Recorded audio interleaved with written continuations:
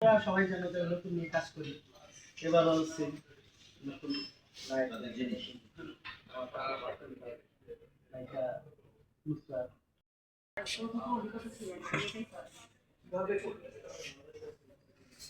আসলে ওইটাই প্রথম দিন ছিল, ওই যে বললাম কোনোরকম মানে রিহার্সাল ছাড়াই আমার কস্টিউমটা করা হয়।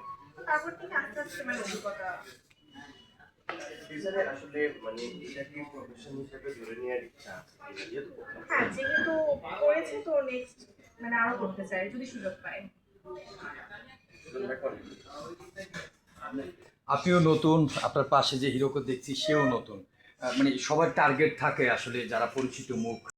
কাছে জানবো হিরো তো হিরো সম্ভবত ব্যাকগ্রাউন্ডে মানে কাজ করেছেন আপনি, আপনার অভিজ্ঞতাটা একটু জানবো। এটা ফার্স্ট সিনেমা কিনা? হ্যাঁ, এটা আমার প্রথম ছবি।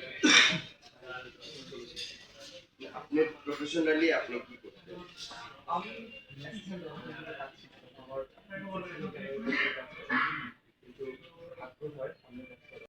অবশ্যই বুঝতে পারবে যে আসলে মিথ্যা কথা থেকে 100 মিথ্যা কথা বললেও মিথ্যা কথা হয়ে যায়।